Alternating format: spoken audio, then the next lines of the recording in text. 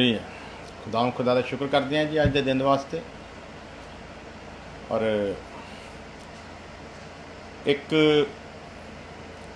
पिछले दिनों के असी वचन तो एक गल की सी और काफ़ी भैन भरावां ने मैंने कहा कि थोड़ा उन्होंने खोल के दसो, क्योंकि वो काफ़ी कन्फ्यूजन सन उस गल लैके। और मैं काफ़ी दिनों तो चाहता सी इस चीज़ का जवाब देने, लेकिन समा इजाजत नहीं सी दे रहा, इस करके मैं लेट हो गया। वो मैं माफ़ी चाहना। सो गल ये सी कि मैं दसिया सीगा बचन चों कि जिहड़ा मसीही इंसान आ, जिन्हें मसीह नूं अपना जीवन दिता और जिहदी ये चाहत आ कि वो मसीह की बादशाहत का अधिकारी होवे, परमेश्वर के राज का अधिकारी होवे, स्वर्ग के राज का अधिकारी होवे, वो उस हमेशा की जिंदगी दे विच वास करे और अनंत जीवन नूं पावे। जे जिहड़ा शख्स ये तमन्ना लैके मसीह के कोल आया है और जिन्हें अपना जीवन दिता है और परमेश्वर के घर दे विच जिन्होंने जन्म लैण का मौका मिलिया, जिन्होंने नवा जन्म पाउण का मौका मिलिया है, वो इंसान मैं दसिया सी कि अगर इस धरती के उत्ते किसी का कर्जदार आ और मान लीए कि अज रैप्चर हो जाता है, दुल्हन उठाई जाती है, अगर असी किसी के कर्जदार हाँ, बाकी बेशक असी सारा धर्म के काम करते होइए, लेकिन अगर असी किसी के कर्जदार हाँ और वह कर्ज असी मोड़िया नहीं और ना मोड़न का यतन किया, तो असी किसी भी कीमत के उत्ते स्वर्ग की बादशाहत दे विच नहीं जा सकते। बहुत सारिया गल्लां लिखिया होंदियां हैं, लेकिन बहुत सारिया गल्लां परमेश्वर के आत्मा के द्वारा सानू समझ भी आउंदियां। कई बार कोई कह दिंदा जी ये बारे दे विच प्रतख रूप दे विच कोई आयत दिखाओ। वो आयत कई बार सीधी तो नहीं लिखी होंदी, लेकिन उस आयत नूं पढ़ते वक्त साडे उत्ते काफ़ी चीज़ां जिहड़ियां वो ज़ाहिर हो जांदियां हैं। सो जिवें तुसीं उपर पढ़ सकते हो स्क्रीन दे विच, एक जिहड़ा मसीही आदमी आ, मैं लिखिया कि एक मसीही आदमी अगर कर्जदार है, मसीही आदमी अगर कर्जदार है तो वो यसु मसीह की दुल्हन विच कदे भी शामिल नहीं हो सकता। हुण अगला बंदा सवाल करेगा कि तुसीं दसो जी ये किस तरह है। मैं दो रैफरेंस पढ़ांगा और फिर वो असीं विचार कर लैंदे आ। रोमियो का खत 13 अध्याय 7 वर्ष लिखिया, हरेक का हक अदा करो। और उत्थे अगे इहनूं खोल के लिखा गया, मसूल जिन्होंने देना चाहिए उन्होंने मसूल दो, जिन्होंने डरना चाहिए उहदा डर रखो। तो ये बाकी गल्लां भी जब असीं खोलते हैं तो यह भी है भी अगर असीं किसी दे कोलों कोई उधार करके पैसे फड़े आ तो असीं वो भी उहदा हक जिहड़ा है वो अदा करिए, क्योंकि जिन्नी देर तक असीं हरेक का हक अदा नहीं कर लेंदे उन्नी देर तक असीं उहदे राज दे विच किसी भी कीमत उत्ते दाखिल नहीं हो सकते। सो ये उत्ते होर असीं गौर कर लेने 13:7 दे विच असीं देख लिया कि हरेक का हक अदा करो। और 13:8 लिखा, आपस के प्रेम तो इलावा किसी के कर्जदार ना रहो। सो मसीह की दुल्हन कर्जदार नहीं होनी चाहिए। उसकी वजह यह है कि असी जानते हैं कि रैप्चर के वेले असी अगर जिउंदे जी होवांगे तो धर्म के जीवन जी आया तो असी मसीह की दुल्हन विच शामिल होवांगे, इस जमीन तो असी उठाए जावांगे। सो उस तो बाद 7 साल के महाकलेश तो बाद असी फिर मसीह यसू के नाल इस धरती के उत्ते 1000 साल का राज करने के वास्ते आवांगे। हुण मिसाल के तौर के उत्ते मन लो, मैं अपनी मिसाल दिंदा हाँ कि मन लो कि मैं किसी का कर्जदार हाँ और मसीह यसू ये बावजूद मैनूं लै जांदा है।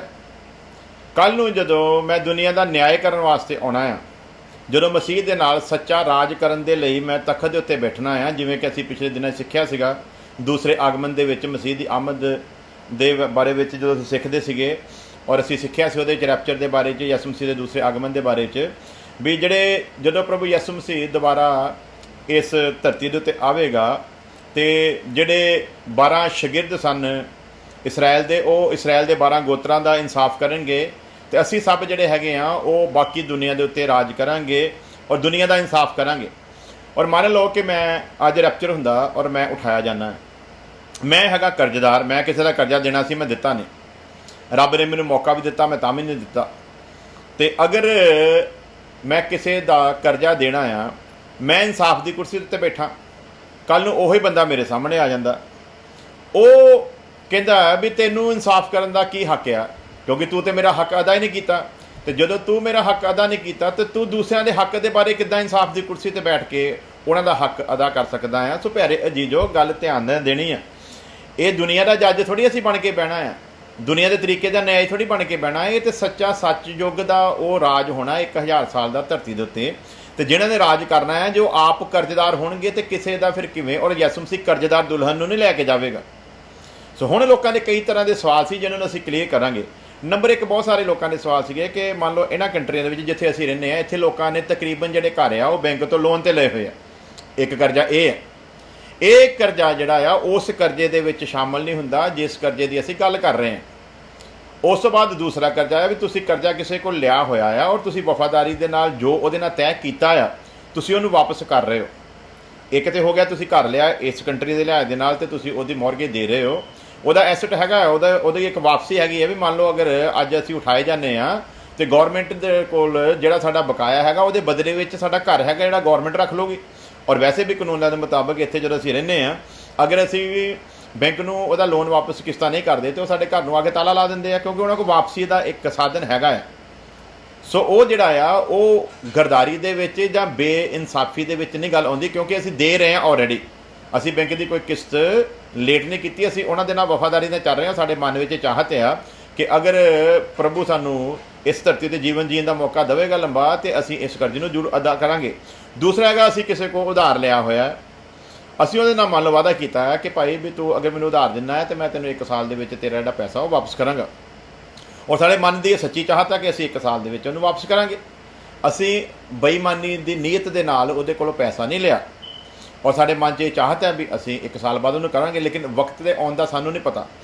ਉਸ 1 ਸਾਲ ਦੇ ਵਿੱਚ ਅਗਰ ਪ੍ਰਭੂ ਯਿਸੂ ਮਸੀਹ ਆ ਜਾਂਦਾ ਆ ਤੇ ਫਿਰ ਤੁਸੀਂ ਸੋਚੋ ਕਿ ਸ਼ਾਇਦ ਵੀ ਅਸੀਂ ਤੇ ਦੇਣਾ ਸੀ ਤੇ ਨਹੀਂ, ਉੱਥੇ ਇਹ ਗੱਲ ਨਹੀਂ ਲਾਗੂ ਹੋਵੇਗੀ। ਉੱਥੇ ਗੱਲ ਇਹ ਲਾਗੂ ਹੋਵੇਗੀ ਕਿ ਅਸੀਂ ਦੇਣ ਦੇ ਲਈ ਤਿਆਰ ਸੀਗੇ, ਲੇਕਿਨ ਪ੍ਰਭੂ ਨੇ ਆਪਣੀ ਠਹਿਰਾਏ ਹੋਏ ਸਮੇਂ ਦੇ ਮੁਤਾਬਕ ਸਾਨੂੰ ਉਹ ਮੌਕਾ ਸਾਡੇ ਜੀਵਨ 'ਚ ਨਹੀਂ ਆਉਣ ਦਿੱਤਾ ਕਿ ਅਸੀਂ ਉਹਨਾਂ ਦਾ ਇਸ ਧਰਤੀ ਉੱਤੇ ਰਹਿੰਦਿਆਂ ਹੋਏ ਕਰਜ਼ੇ ਅਦਾ ਕਰ ਸਕੀਏ। ਹੁਣ ਅਗਲੀ ਗੱਲ ਆ ਗਈ ਆ ਕਿ ਫਿਰ ਕੀ ਹੋਵੇਗਾ। ਮੰਨ ਲਓ ਉਸੇ ਕੰਡੀਸ਼ਨ ਦੇ ਵਿੱਚ ਕੱਲ੍ਹ ਨੂੰ ਅਸੀਂ ਰਾਜ ਕਰਨ ਲਈ ਇੱਥੇ ਆਉਂਦੇ ਹਾਂ ਔਰ ਜਿਸ ਬੰਦੇ ਦਾ ਅਸੀਂ ਦੇਣਾ ਆ ਉਹ ਰਹਿ ਜਾਂਦਾ ਤੇ ਉਹ ਕਹਿੰਦਾ ਭਾਈ ਵੀ ਤੂੰ ਤੇ ਮੇਰਾ ਕਰਜ਼ਾ ਦੇਣਾ ਸੀ, ਜਾਂ ਪ੍ਰਭੂ ਯਿਸੂ ਮਸੀਹ ਕੋ ਕੰਪਲੇਂਟ ਕਰਦਾ ਇਹ ਬੰਦੇ ਨੇ ਤੇ ਮੇਰਾ ਕਰਜ਼ਾ ਦੇਣਾ ਸੀਗਾ। ਉਹ ਸਤਯੁਗ ਦਾ ਯੁੱਗ ਹੋਣਾ ਆ। ਇਸ ਕਰਕੇ ਪ੍ਰਭੂ ਦੇ ਵਚਨ 'ਚ ਲਿਖਿਆ ਗੁਪਤ ਗੱਲਾਂ ਤੇ ਯਹੋਵਾ ਸਾਡੇ ਪਰਮੇਸ਼ਵਰ ਦੀਆਂ ਆ ਤੇ ਜਿਹੜੀਆਂ ਪ੍ਰਗਟ ਕੀਤੀਆਂ ਸਾਡੇ ਲਈ ਆ। ਸੋ ਹੁਣ ਉਹਨਾਂ ਗੁਪਤ ਗੱਲਾਂ ਦੇ ਵਿੱਚ ਇਹ ਵੀ ਗੱਲ ਆ ਜਾਂਦੀ ਹੈ, ਫਿਰ ਕੀ ਪ੍ਰਭੂ ਜਾਂ ਤੇ ਸਾਡੀ ਇਹ ਜ਼ਿੰਮੇਵਾਰੀ ਲਾਵੇਗਾ ਕਿ ਸਤਯੁਗ ਦਾ ਰਾਜ ਹੋਣ ਦੇ ਕਰਕੇ ਅਸੀਂ ਜਿਹਨਾਂ ਦਾ ਦੇਣਾ ਸੀ ਫਿਰ ਦਈਏ, ਤੇ ਜਾਂ ਪ੍ਰਭੂ ਕੋਈ ਐਸਾ ਇੰਤਜ਼ਾਮ ਕਰੇਗਾ। ਉਹ ਪ੍ਰਭੂ ਦੇ ਹੀ ਅੰਦਰ ਗੁਪਤ ਗੱਲਾਂ ਹੈ ਜਿਹਨਾਂ ਨੂੰ ਅਸੀਂ ਨਹੀਂ ਜਾਣ ਸਕਦੇ, ਲੇਕਿਨ ਪ੍ਰਭੂ ਸਾਨੂੰ ਕਿਸੇ ਦਾ ਕਰਜ਼ਦਾਰ ਰਹਿਣ ਨਹੀਂ ਦੇਊਗਾ। ਸੋ ਕੀ ਉਹ ਸਮਾਧਾਨ ਕੱਢਦਾ ਆ ਉਹ ਸਭ ਕੁਝ ਸਾਡੇ ਲਈ ਮੁਸ਼ਕਿਲ ਆ, ਪਰ ਉਹਦੇ ਲਈ ਕੋਈ ਮੁਸ਼ਕਿਲ ਨਹੀਂ ਹੈ। ਜਿਵੇਂ ਚੇਲਿਆਂ ਨੇ ਕਿਹਾ ਸੀਗਾ ਪ੍ਰਭੂ ਯਿਸੂ ਮਸੀਹ ਨੂੰ ਕਿ ਇਸ ਹਿਸਾਬ ਦੇ ਨਾਲ ਤੇ ਫਿਰ ਇਨਸਾਨ ਦਾ ਸਵਰਗ ਦੇ ਰਾਜ 'ਚ ਜਾਣਾ ਬੜਾ ਔਖਾ ਆ। ਤੇ ਯਿਸੂ ਮਸੀਹ ਨੇ ਕਿਹਾ ਸੀ ਜੋ ਇਨਸਾਨ ਦੇ ਲਈ ਅਣਹੋਣਾ ਆ ਪਰਮੇਸ਼ਵਰ ਦੇ ਲਈ ਸਭ ਕੁਝ ਮੁਮਕਿਨ ਆ। ਸੋ ਐਸੀ ਹਾਲਤ ਅਗਰ ਆਉਂਦੀ ਆ ਤੇ ਉਹਦੇ ਵਿੱਚ ਪ੍ਰਭੂ ਸਾਡੇ ਲਈ ਕੋਈ ਨਾ ਕੋਈ ਰਾਹ ਕੱਢੇਗਾ, ਕਿਉਂਕਿ ਪ੍ਰਭੂ ਨਹੀਂ ਚਾਹੇਗਾ ਕਿ ਉਹਦੀ ਦੁਲਹਨ ਦੇ ਉੱਤੇ ਕੋਈ ਬੰਦਾ ਉਂਗਲੀ ਚੁੱਕੇ। ਸੋ ਪ੍ਰਭੂ ਅੰਤਰਯਾਮੀ ਆ ਔਰ ਅੰਤਰ ਗਿਆਨ ਦੇ ਵਿੱਚ ਉਹ ਸਾਡੀ ਨੀਤ ਤੋਂ ਵੀ ਵਾਕਫ ਆ ਔਰ ਉਹ ਜਾਣਦਾ ਆ ਕਿ ਜਦੋਂ ਇਹ ਜ਼ਮੀਨ ਦੇ ਉੱਤੇ ਸੀ ਇਹਨਾਂ ਦੇ ਮਨ ਦੀ ਚਾਹਤ ਸੀ ਕਿ ਉਹਨੂੰ ਵਾਪਸ ਕਰਨ। ਸੋ ਉਸ ਕੰਡੀਸ਼ਨ ਦੇ ਵਿੱਚ ਪ੍ਰਭੂ ਹੀ ਕੋਈ ਨਾ ਕੋਈ ਰਾਹ ਸਾਡੇ ਲਈ ਤਿਆਰ ਕਰੂਗਾ। ਲੇਕਿਨ ਅਗਰ ਅਸੀਂ ਬੇਈਮਾਨੀ ਰੱਖ ਕੇ ਕਿਸੇ ਦਾ ਦੱਬਿਆ ਹੋਇਆ ਆ ਤੇ ਫਿਰ ਤੇ ਅਸੀਂ ਦੁਲਹਨ ਦੀ ਗਿਣਤੀ ਦੇ ਵਿੱਚ ਜਾਵਾਂਗੇ। ਸੋ ਮੇਰੇ ਖਿਆਲ ਦੇ ਨਾਲ ਮੈਂ ਤਕਰੀਬਨ ਗੱਲ ਨੂੰ ਕਲੀਅਰ ਕਰ ਦਿੱਤਾ ਆ। ਕਰਜ਼ਾ ਤੁਸੀਂ ਕਿਸ ਕੰਡੀਸ਼ਨ ਦੇ ਵਿੱਚ ਲਿਆ ਹੋਇਆ, ਉਸ ਕਰਜ਼ੇ ਨੂੰ ਤੁਸੀਂ ਵਫਾਦਾਰੀ ਦੇ ਨਾਲ ਵਾਪਸ ਕਰ ਰਹੇ ਹੋ।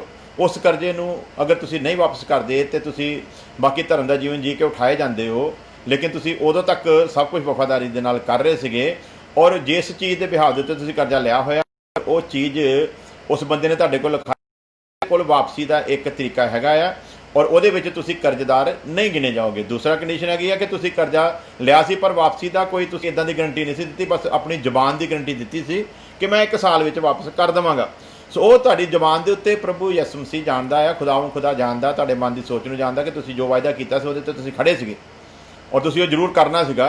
ਔਰ ਉਸ ਸਮੇਂ ਦੇ ਉੱਤੇ ਜਦੋਂ ਕਿ ਅਸੀਂ ਵਾਪਸ ਰਾਜ ਕਰਨ ਵਾਸਤੇ ਆਉਣੇ, ਪ੍ਰਭੂ ਹੀ ਕੋਈ ਨਾ ਕੋਈ ਰਸਤਾ ਜ਼ਰੂਰ ਕੱਢੇਗਾ। ਇੱਕ ਗੱਲ ਪੱਕੀ ਆ, ਜਿਸ ਖੁਦਾ ਨੇ ਹਰੇਕ ਦਾ ਹੱਕ